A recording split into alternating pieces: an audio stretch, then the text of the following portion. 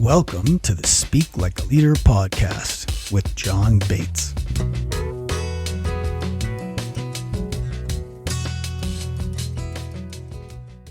Welcome to the show. With me today is someone that I feel like I could have only dreamed of having on the show even a little while ago. And now here he is. And I don't usually do this, but I want to read you his short bio just by way of introduction. Lee Ellis is president of Leading with Honor, a leadership and team development training and coaching company. He serves Fortune 500 senior executives in areas of hiring, team building, human performance, and succession planning. His media appearances include interviews on networks such as CNN, CBS This Morning, C-SPAN, ABC World News, and Fox News. As a fighter pilot in Vietnam, he was shot down, captured, and repatriated in 1973 after more than 5 years as a prisoner of war in Hanoi. He resumed his Air Force career, eventually retiring as a colonel. After his military retirement, he has worked almost 40 years as an educator, researcher, and developer, a leadership coach and trainer, an award-winning author and professional speaker and spokesman for Leading with Honor. Lee has authored 7 books, and his latest best-selling book is entitled Captured by Love, Inspiring True Romance Stories from Vietnam POWs. And you can learn more about him at leadingwithhonor.com. So we met Lee because of Kevin Basic and his group. I think he calls it Those of Us, TOU, which he put together through the Medal of Honor Museum Foundation. And so, I've gotten to see you in these meetings and I've gotten to hear the things that you talk about. And I am just thrilled to have you join me here and be able to share you with my audience and the people who listen. So thank you for joining me. Well, it's great to be here with you. I'm just excited about the things that you're doing. And I've learned a little bit about that recently. I didn't know about that before, but I'm really excited to see it and glad you're doing what you're doing. Well, thank you.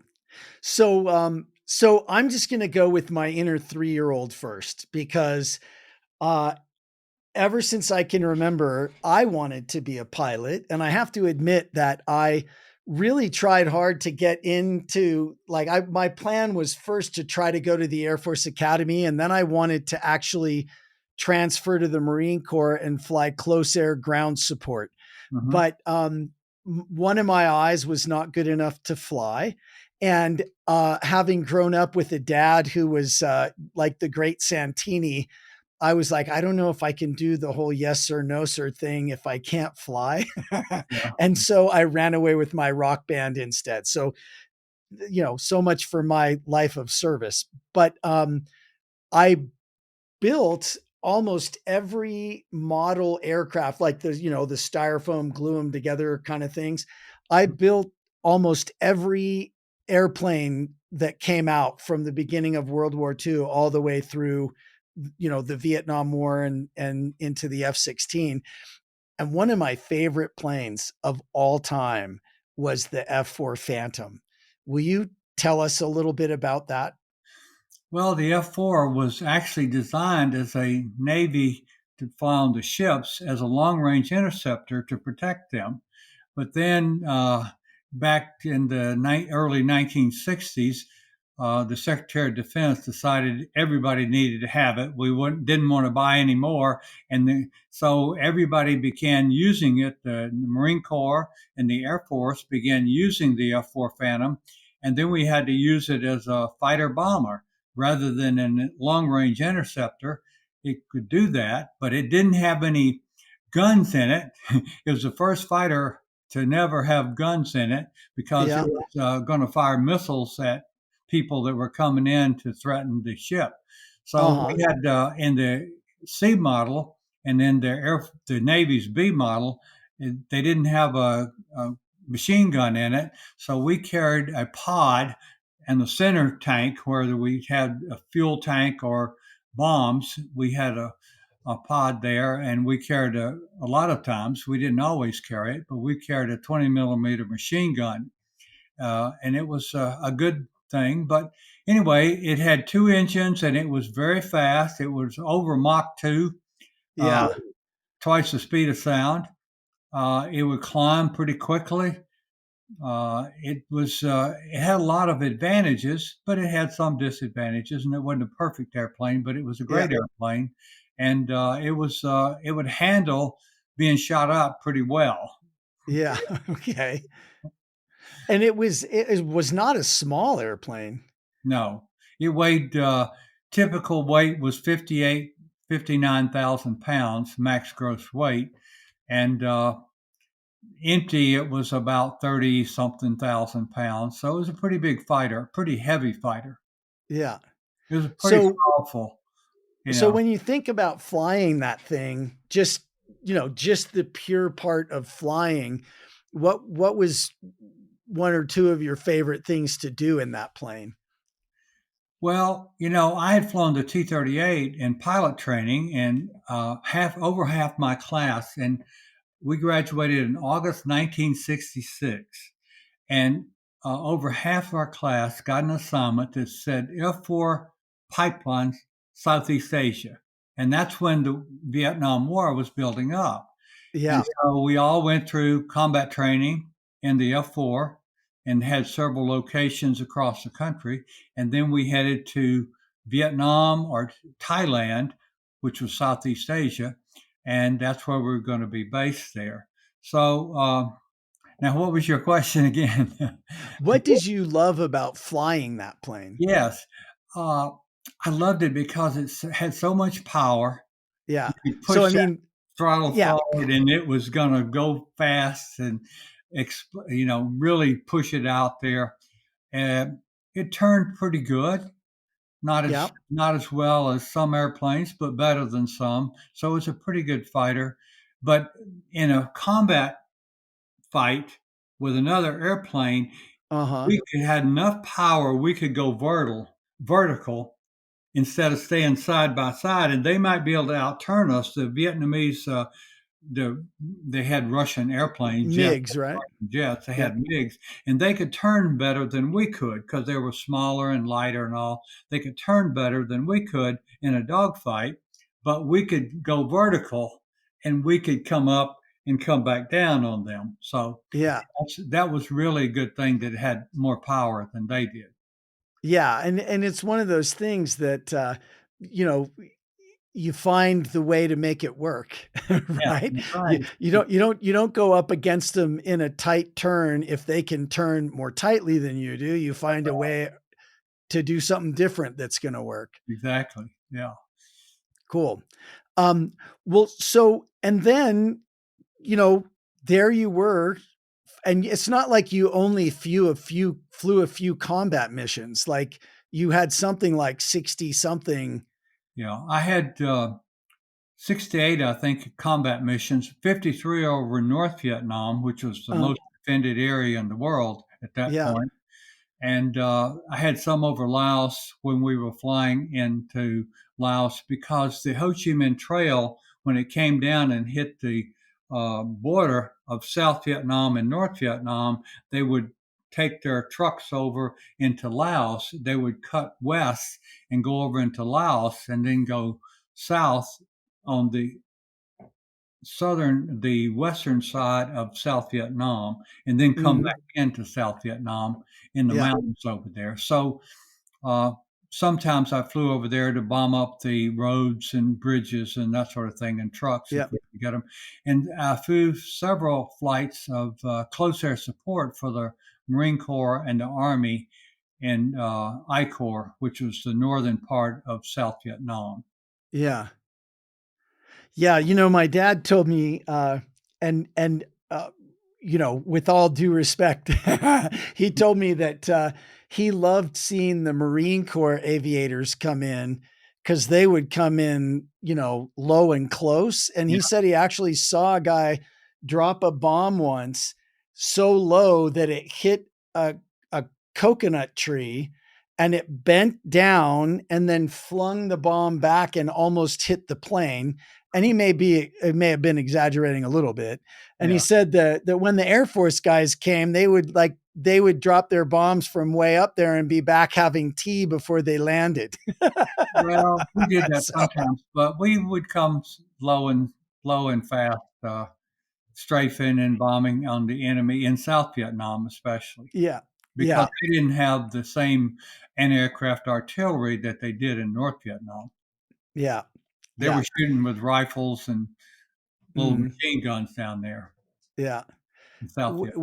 Which still seems scary to me to be in a plane that's, not utterly, totally bulletproof. Yes, Well, yes, so would you mind telling me about, what happened when you got shot down? Like yes. what led to that and I was on my 53rd mission over North Vietnam, and that day is November the 7th, 1967, the afternoon, sometime between 3 and 5 o'clock. And we were trying to we're bombing an anti-aircraft artillery site that was protecting a place where they had their ferry across the river. Mhm.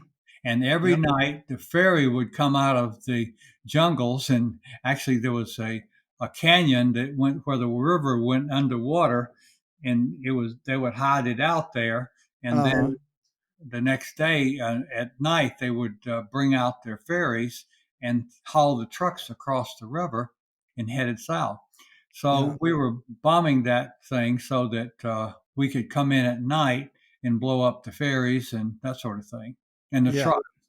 And so my airplane, I thought it was hit. And for 2 years, I thought it was hit because they were shooting at us. But then I found out that I probably was the first person to be blown up by the FMU 35 fuse.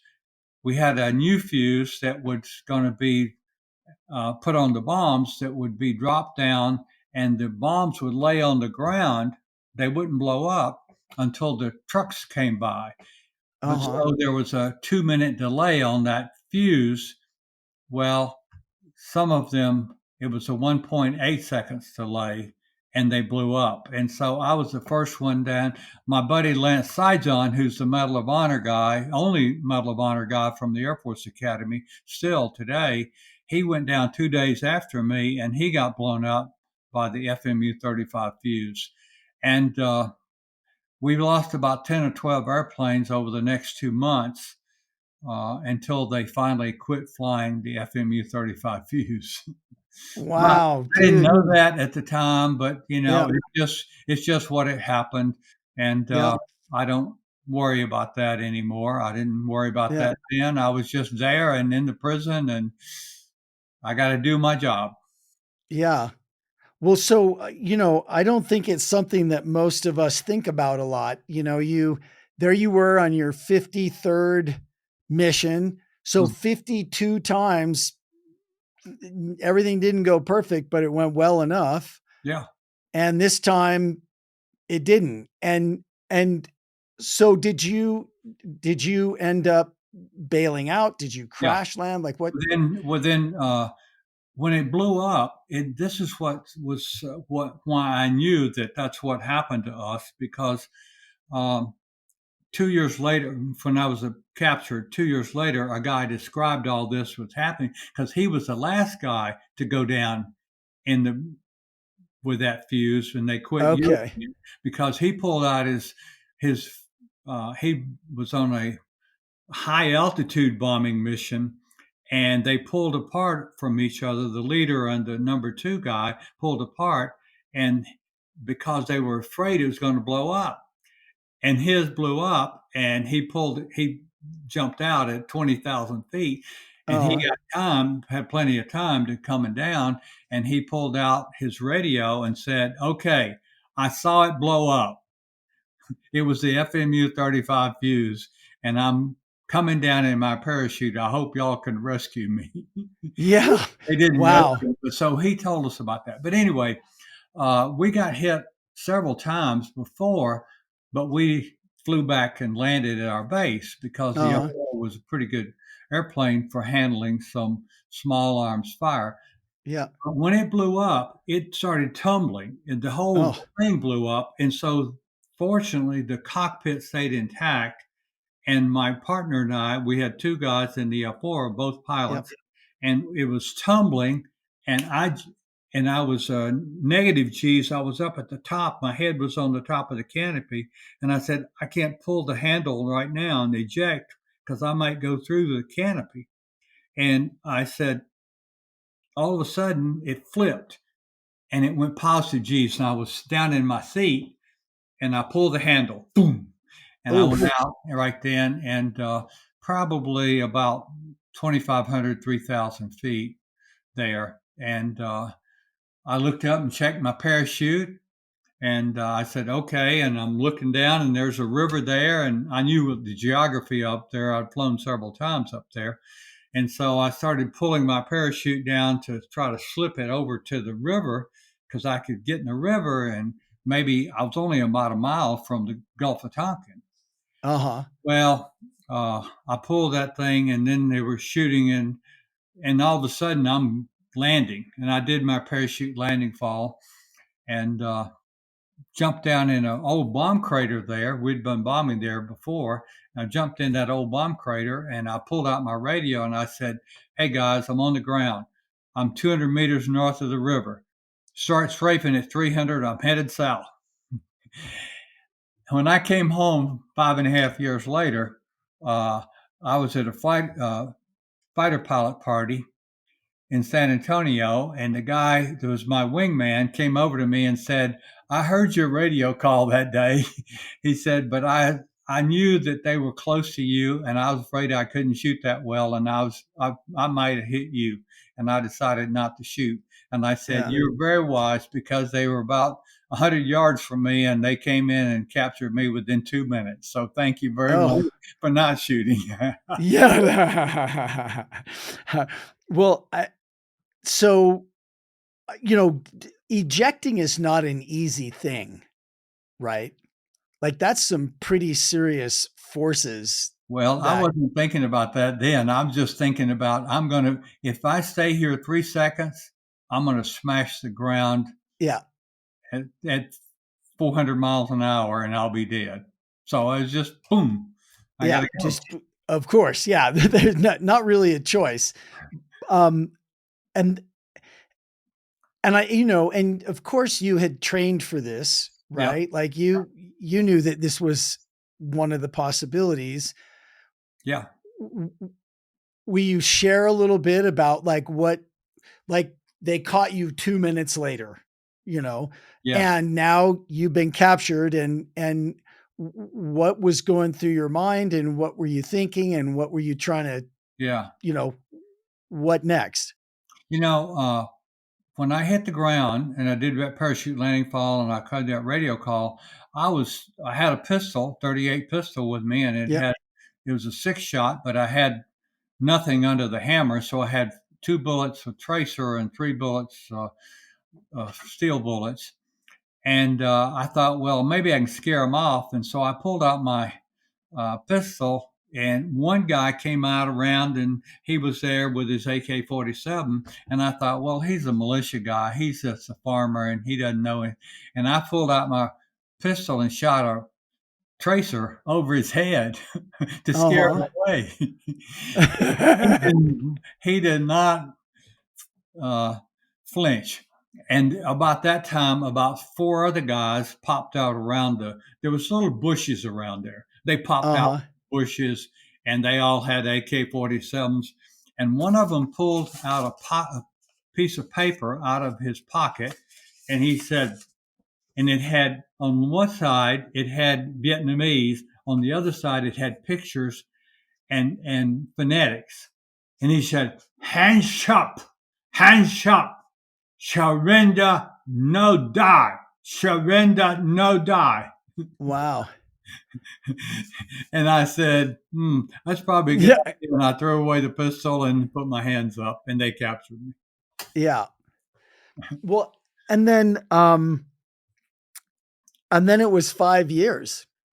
Yeah, well, they stripped me down, searched me to make sure I had no more weapons on me, and then Yep. they gave me my flight suit back and nothing else, no shoes. Yeah. and they tied my hands behind my back and put a blindfold on me, and they put a rope around my neck like you would lead with a dog, and Uh-huh. led me out. And for about a mile or two away, we were walking, and I went in an underground tunnel, and they put me in, and they stayed outside, and this was daytime, okay. And I heard somebody breathing in there, and I said, "Ken, is that you?" Because I thought it might be my partner in the airplane. Yeah. Said, and we were both blindfolded, tied up. Yeah. And he said, "Yes." He said, "You okay?" And I said, "Yeah, I'm okay." And about that time, they came in and took me away, and I didn't see him for 2 weeks till I got to Hanoi. Yeah. And they pulled me out and they took me back into another village, and we spent the night there in a place, and there were guards all outside, and I was tied up, and I was by that time it really hit me because I was, you know, I had wounds around my face and uh, neck and back of my head and Yeah. my neck. I'd gone through 19 G's and I ejected, and I mean, that's kind of what I was pretty alluding to, heavy that on your head, and I couldn't yeah. raise my head up for several days, much higher than that. And so I slept that night, and the next day they came in and they'd been told to move me somewhere. And then we slept in a ditch one night. I had guards with me, and anyway, it was. And then a guy was put in charge to take me north, and he took me over because a typhoon came through, a Mhm. strong rainy wind and all. It just really for about 2 days, and he had me in his underground house where he was living in. With he had moved out of his house, and it was dug in on the sand dunes on the back of the sand dune there on the Gulf of Tonkin, Mm. and he had a wife and a 2 year old and his father in that thing with him. And I swear I spent the night for 2 nights, and they treated me like I was a guest, except I was tied up. Yeah. And for 2 nights, and he was a really good soldier, and he protected me. He would not let them beat me up. The crowds, the Communist Party would get out there with a bullhorn every day, and when villages we went through, and they would and Yeah. they Yeah. would try to come and beat me up and hit me. And Yeah. his guards protected me, and he would drive up to the right to the place where I was sleeping and push the crowd back and throw me in the truck, and we'd drive away. Uh-huh. And I got to Hanoi 2 weeks after I was captured. So Wow. amazing. It was amazing. My faith had always been strong. I'd raised in a Christian home. And Uh-huh. right after I was captured, until I was captured, I was really doing everything I was supposed to do. I was on target, Yeah. resisting, trying to survive and all that, get away, escape and all that. But once I was captured, I was in a shock for a few hours. Uh-huh. And then I just said, okay, I got to keep my commitment to this articles of the code of conduct, be faithful to my country, and not collaborate with the enemy. And I just got to survive. Yeah. And my faith meant a lot to me there. And of course, it did for most all the POWs. Yeah. One guy says, I was coming down in my parachute and I looked up and I said, Lord, I hadn't talked to you in 6 years. I hadn't been to church in a long time. And I really need your help now. Yeah. Right. Yeah. So That we all were humbled yeah. because we had control of ourselves, but we couldn't control what they did to us, Yeah. you know? Yeah. W Do you mind if I ask you what one of your lowest moments was? Because there must have been some of those. Yeah. I Well, I've talked about this. We talk about most POWs can talk about anything because we're confident and humble now. Yeah. We're Yeah. always fighter pilots are confident, but we're very humble now. And Yeah. the first time I was tortured there was to fill out a 3-page biography. I think it was probably for the Russians Uh-huh. or the Communist Party there. The people there were trying to get some information on who the POWs are. But it was all about our background growing up, our parents did, and how much money they made, and your education and your service time, and all that kind of stuff. Just a biography, 3 pages.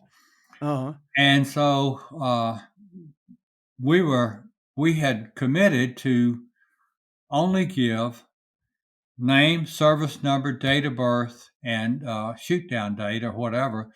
And that was all we were going to give. And I wasn't going to give them anything except that. And so my partner, 2 other partners in my cell, we did that. And so we got all pulled out separately and they tortured us to fill it out because we hadn't filled anything out. And finally, I gave in. And because I couldn't, I figured out I just couldn't beat them. I can't take it any longer. I'm not going to be able to beat them. I've got to go ahead and give in somehow. And so I gave in, but I filled it out. And I was in the torture room when I sat down and filled it out. And the only thing I put on it that was true was my father's first and last name because I was hoping to write a letter home someday. Uh-huh. I wrote a letter after 2 years, and I got my first letter, 6-line letter, after 2.5 years. But anyway, Wow. I, I I I made lies in it. Everything in it was false, but I cried like a baby. I was so ashamed that I hadn't been able to beat them. I thought probably everybody else is beating them, but I hadn't beat them today, and I wasn't tough enough. I thought I was tough, but I couldn't be tough enough today. And I get back, and there's one cellmate. He's already been there a couple of hours. And then Captain Ken Fisher. I was a first lieutenant, new first lieutenant back then. I was just turned 24, and he was about Hmm. 30. And he was tough. He was a New York State wrestling champion. And back then, New York in the 50s, New York had a incredible high school wrestling thing, and he wrestled in college at University of Pennsylvania. And he was really tough, and he had gone several hours. He went several hours longer than I did, but he came back and he gave in, and we all did the same thing. And so then later we got communications with the other cells, and we found out that everybody had been tortured to fill out that thing, and everybody had done it.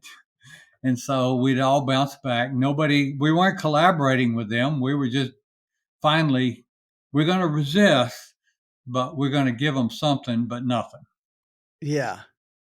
Yeah, I mean, that's such a hard decision, and there are so many decisions like that. God, it really makes me emotional, Lee. I'm sorry you went through that. I know you probably wouldn't trade it, but wish I could have done something.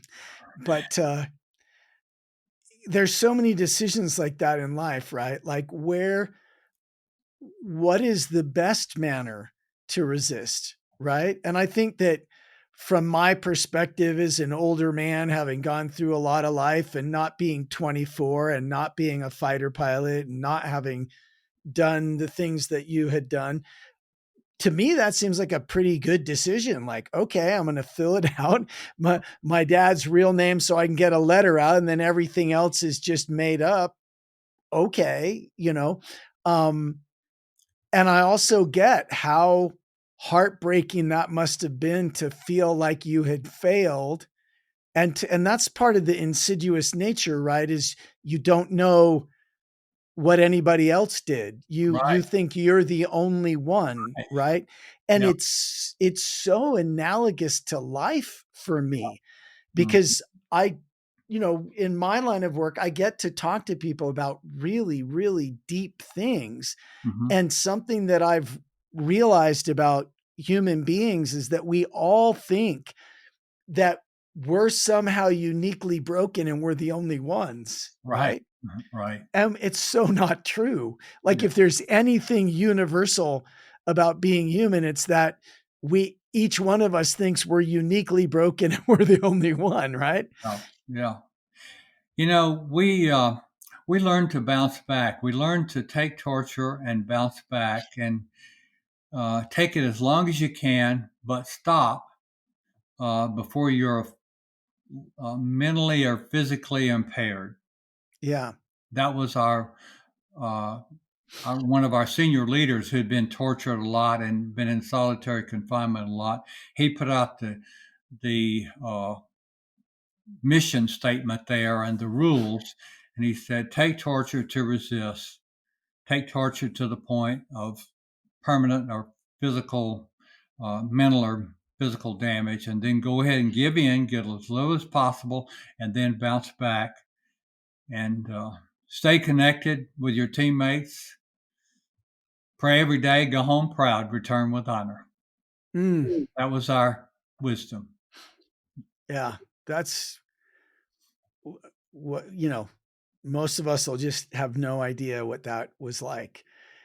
When COVID hit, I really got in touch with the resilience from Stockdale. Hmm. You're familiar with his Yeah, quote, yeah, and because like, I mean, I'm an optimist. I think of right, myself as an optimist, right? And he said that's who right, didn't make it, right? Was the optimist. But I think that, what he went on to say is it was the people who were maybe not realistically optimistic, right. right? They're like, oh, That we'll was be out by, that was thanks. I have that quote in my book. Yeah. That the actually the that's been a study by the Naval Aviation Medical Institute, NAMI, Naval Aviation, and they had PhD psychologists do a study. While we're outliving our peers, and we've been more successful and lower PTSD than our peers who fought in the war, in any Yeah. war. And part of the biggest problem was actually staying positive, optimism. But what Stockdale, what they quoted him, part of that was being overly optimistic, Yes. and and and he was um, more of a what do you call it, the psychological person Uh-huh. who's not an optimist. So, yeah, The so Greek, the Greek word as a Greek word. more of a stoic maybe. He was a Stoic, yes. Yeah. And the other guy that he was talking about was sometimes a little bit too optimistic, but they both resisted and both took torture and both bounced back. So Yeah. we all learn to do that. We tend to stay optimistic and believe in ourselves, believe in our teammates, but you're going to have to give in at some point and Yeah. then bounce back. And that whole thing of believing in your eventual success, but being willing to get really real about what's Yeah. happening right now, right Yes. here. Right. And, you know, the whole, oh, we'll get out by Thanksgiving. Oh, we'll get out by Right. Christmas. Oh, we'll get out by New Year's. And then that constant heartbreak is really tough. Well, I think most of us kind of fell into that. I personally, um, I thought we'd be out of. I was captured in November. I got to Hanoi uh, November the 22nd, and then right into Christmas time, And so in January 68, 1968, I decided that President Johnson will not be reelected if he keeps this war going. So he'll have to end the war before the fall summer of 68. Now we'll be out of here by the summer of 68. Well, when July of 68 came and I was still there, I was moved to another prison. And Yeah. I knew I was going to be there a good bit longer. And I says, well, it'd probably be at least another year because Johnson didn't run. And I knew that was going to happen. I saw that then. And so the summer of 68, I said, I'll be here another year. In summer of 69, I says, well, I can handle 2 more years. And it was really almost 3.5 years. Yeah. It was Wow. great. It was almost 4 years, 3.5 years. Yeah. Well, But so what are by then we had learned to live day to day and just do what you're supposed to do today and hope for tomorrow. And you'll be here someday. You'll go home. yeah. So, what are some of the key things you think are important for people today? Because, I a while back I was doing some work with the military, and a guy who worked with the Marine Corps, it was a chaplain for the Marine Corps. He said, "Yeah, we got to get you in to talk to our Marines." Cause I had talked about how I raised over $80 million, and then we went out of business in the dot-com crash, and I almost died of an autoimmune disease because I was so upset and, had been sleeping so little and everything.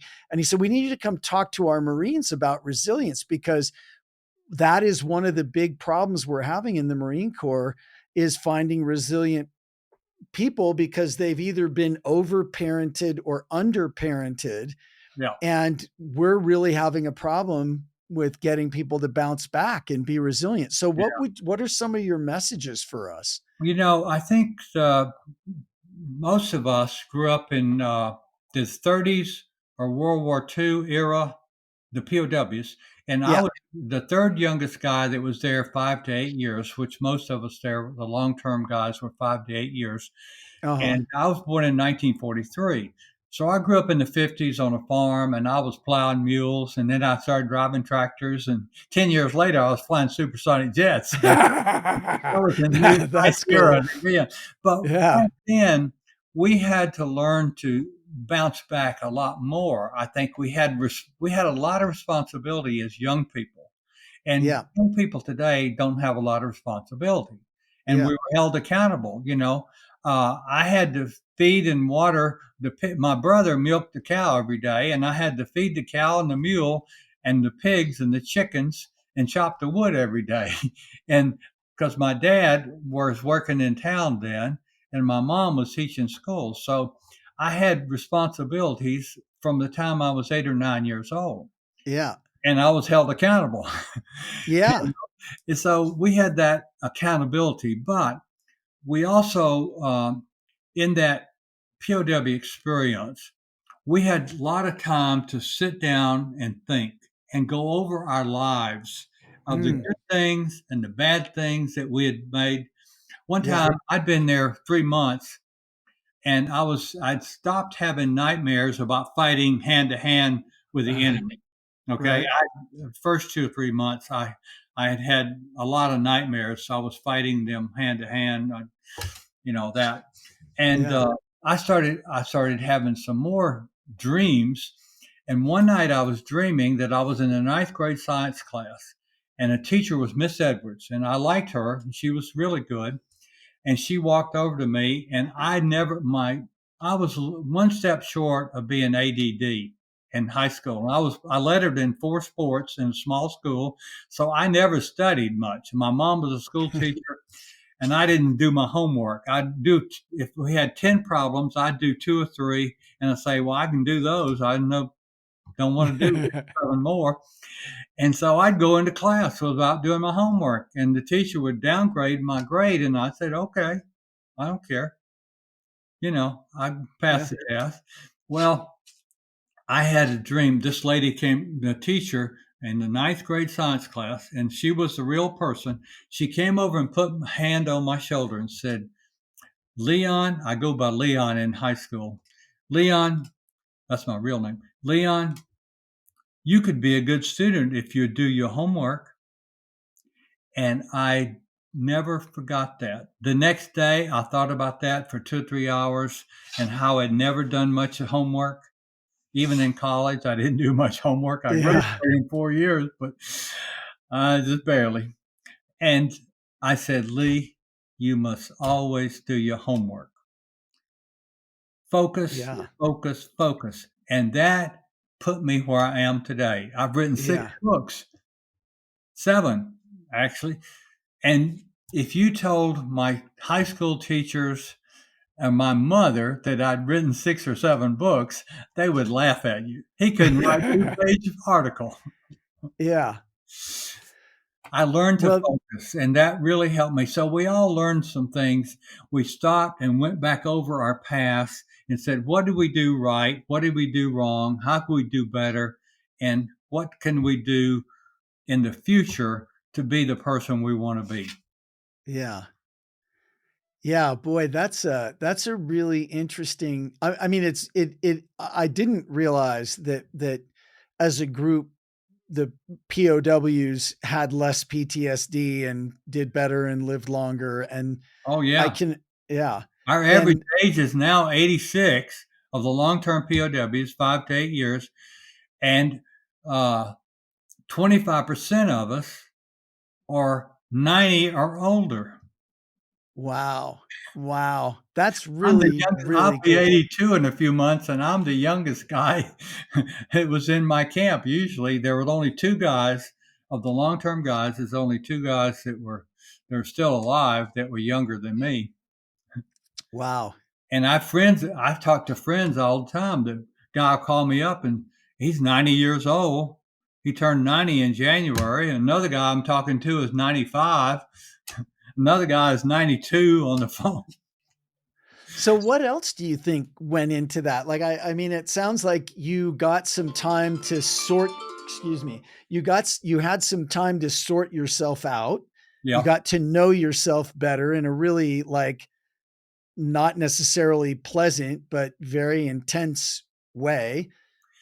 Well, one of the things that happened to us is the torture stopped because the women back home in the late 60s, 68, 69, 70, 71, Uh-huh. 72, 68 and 69 primarily, they were putting pressure on the communists worldwide. They started putting pressure on them in late 68 and really in 69. They rolled it out because the new president came in and Secretary of Defense, Melvin Laird, worked with them. Now, the government didn't support them with money, but they supported them in information and that sort of thing. Uh-huh. But women, some of the women's wives and families, parents, traveled worldwide to meet with ambassadors and people from political rulers in other countries to put pressure on them to uh, put pressure on the communists to stop the torture because they had Yeah. signed the peace accords of 1954 that said they wouldn't torture and they'd treat prisoners humanely and Yeah. leniently and let them write home. And Yeah. so Ho Chi Minh died in the fall of 69, September of 69. And 3 weeks later, the new leaders stopped the torture for the most part. Wow. And Wow. boy, our lives changed and they improved a little bit of food. We got a little bit more food, a little bit better food. And so then we went to a live and let live for 70, 71, 72 for 3 years. And we came home in early 73. So, Wow. and then there was a raid on one of the camps where we had moved out of. I'd lived at Sante, and the Special Forces raided that camp in July of 70 in November of 70. We had moved out in July, and they moved us all back to the Hanoi Hilton. They had several camps in the city there, but they moved Uh-huh. us all back to the Hanoi Hilton and put us in large cells where Vietnamese prisoners had been. And we're in a cell about 1,600 square feet. Okay. You know what size that is? That's a small house Uh-huh. nowadays, but Yeah. there was 55 guys in there, and there was 7 other cells like that, and there were 40 to 60 guys in each one of those cells. Ooh. And so we're locked up with 55 guys in my cell, and we started working every day to get healthier physically, mentally, and emotionally. We had classes. We had Monday, Wednesday, Friday classes. You could study French, German, Spanish, or Russian. You could take differential calculus. You could learn to and practice, learn that. We didn't have any books, but we had guys that knew it. And you could learn geography, you could learn art.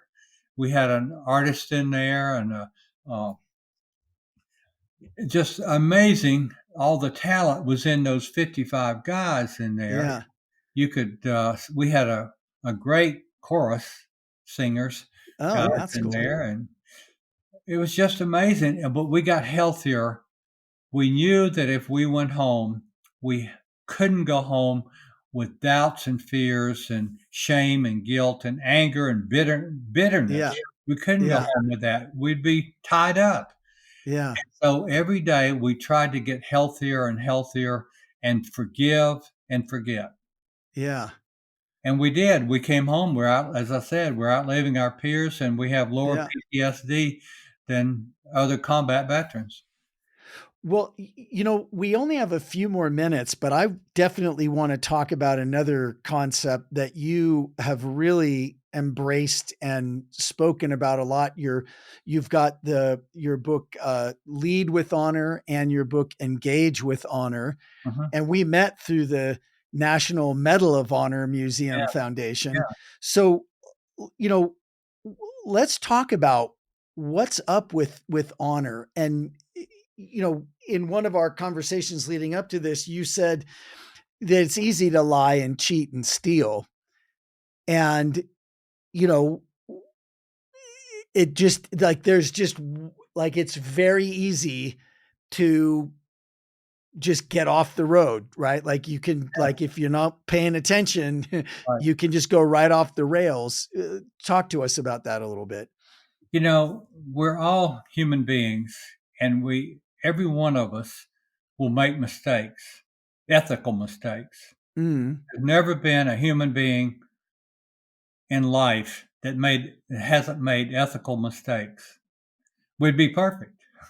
yeah. And so we when you make an ethical mistake, there's sometimes accountability will come, but sometimes it doesn't right away, and sometimes Hmm.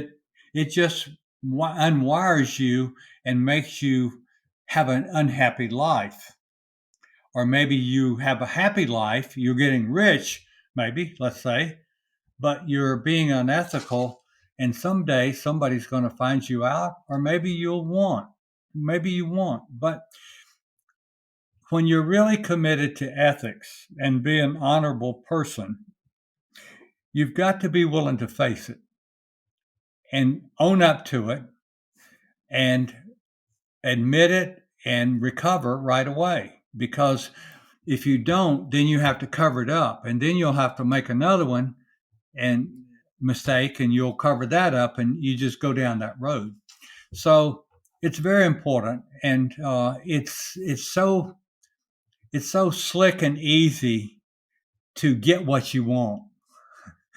A lot of Yeah. people want to get what they want, and they rationalize. Yeah. It's human nature to rationalize, and we've always done it. I mean, here's the famous people in the Old Testament, in the New Testament. They've all made mistakes. There's no one in there who lived as a human being that did not make a sincere mistake. You know, Yeah. David was one who made a Yeah. mistake. He was a wonderful guy, but he made a mistake. So you got to be aware, and you got to reflect on every decision you make before and after to make sure it's honorable. And when you know that you're getting close to a line there, and you think it might be coming over the line, or you're not sure, you've got to sit down and say, I have some people you talk to. I have a Yeah. person here and there and over here that I talk to, and I say, does this sound ethical? Tell me Yeah. if it's not. Yeah.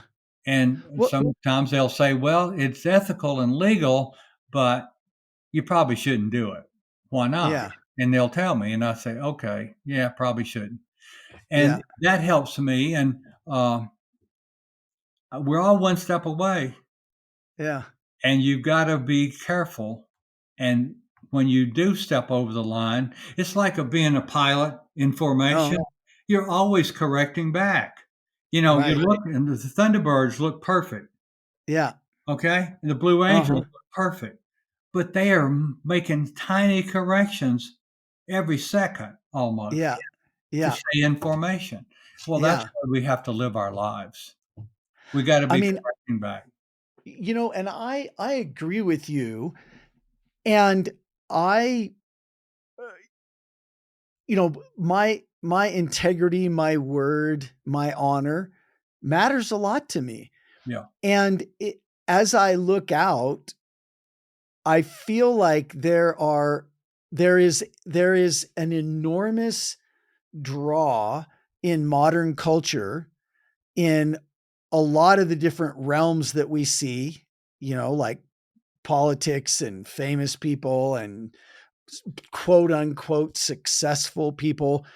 And I just I feel like there has been a loss of the like people don't understand the value of honor anymore. They want what they want, and they think that if they get it by any means necessary, then they got it and they're winning. And I just don't think that dishonorably gotten gains are really gains. right. Like what do you think is going on out there? Like, do you have It's any very, comments about very that? easy, very easy to rationalize Mhm. and justify what you're doing. You know, it's in Washington D.C. I wrote the book in 2015, 2014, and 2015, Engaged with Honor, and that whole first chapter, uh, I talk about 3 governors in jail, and I listed, I think there's 40 or 50 mayors in jail across the Yep. country today, Yep. and it just that tells you that we're all one step away, and you've Yeah. got to be willing to have someone look at that perspective. Now, here's the problem: the lack of accountability will always uh, allow some people to slide away from being responsible. Yeah. They're going to rationalize it away, and they're going to slide away, and that's why you have to have accountability. When I was writing that book in 2014, 15, I went to Washington to DC several times, and I started reading up on things about what was happening in the government, and people that worked for the government were using our funds all right and left, go to Yeah. Las Vegas and spend a lot of money, okay, Yeah. on a meeting Yeah. and all that sort of thing, and give this person a contract over here, and they feed you back some, Yeah. you know. And Yeah. so it was just an amazing back then. And I started feeling when I went to Washington D.C. 10 years ago, I started feeling a dark cloud over Washington D.C. because it's our capital, and Yeah. there's very little accountability for Yeah. people in government Yeah. from either party. I'm not talking Yeah. party No, for wise. I'm sure. talking For about sure. and for government employees. Yeah. There's not much accountability. You've got to have accountability. You've got to know that somebody's going to hold you accountable. Yeah. Yeah. Well, I couldn't agree with you more. And I do think that there is just some element of like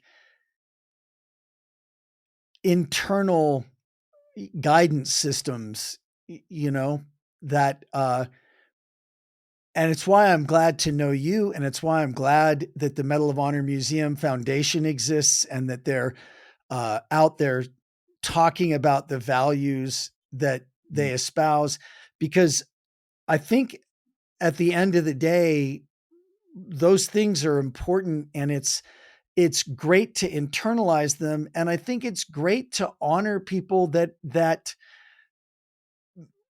make those very difficult decisions in an honorable way, because like you said, we're all just one step away. And, you either it turns out it was an honorable decision or it wasn't, Yeah. and to hold people who do the honorable thing up and to laud them and to Right. respect them, I think it's just a good thing. Yes, So, it is. It is. You know, we're all one, as you said, we said, we're all one step away. And you've got to have accountability, but you've got to really commit and realize that you're one step away and yeah, coach yourself. And like I said a while ago, I talk to people and say, I'm thinking about doing this. Is this going to be honorable? And if not, tell me why. yeah, And I'll look at it and say, yeah, you're right. I don't want to do that. yeah, And but here's the thing. Over the long haul, honor will represent you personally better. If you really committed to honor, you yeah, don't worry about not having this or not having that or not getting promoted here or there. Just yeah, just do it, and in the long haul, it's going to carry you forward. yeah, You're going to be blessed, you're going to be rewarded. yeah. You're going Boy, to be respected.